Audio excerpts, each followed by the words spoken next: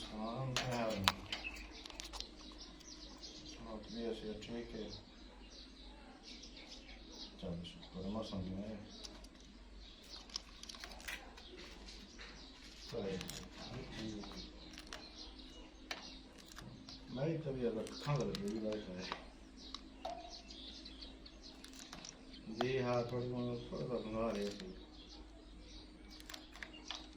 जी हाँ हाँ कड़े होंगे वो भाई शायद मैं लग रहा है तो बुढ़े शुद्धे ना पानी उजाला कौन होला पूछे करो ना बरसात में कौन है कौन।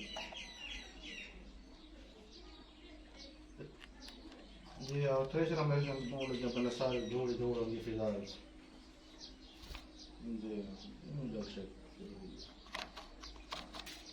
बाकी हाफिज साहब ने बोले नहीं खा रहे सही बाकी सब खैर खैरियत है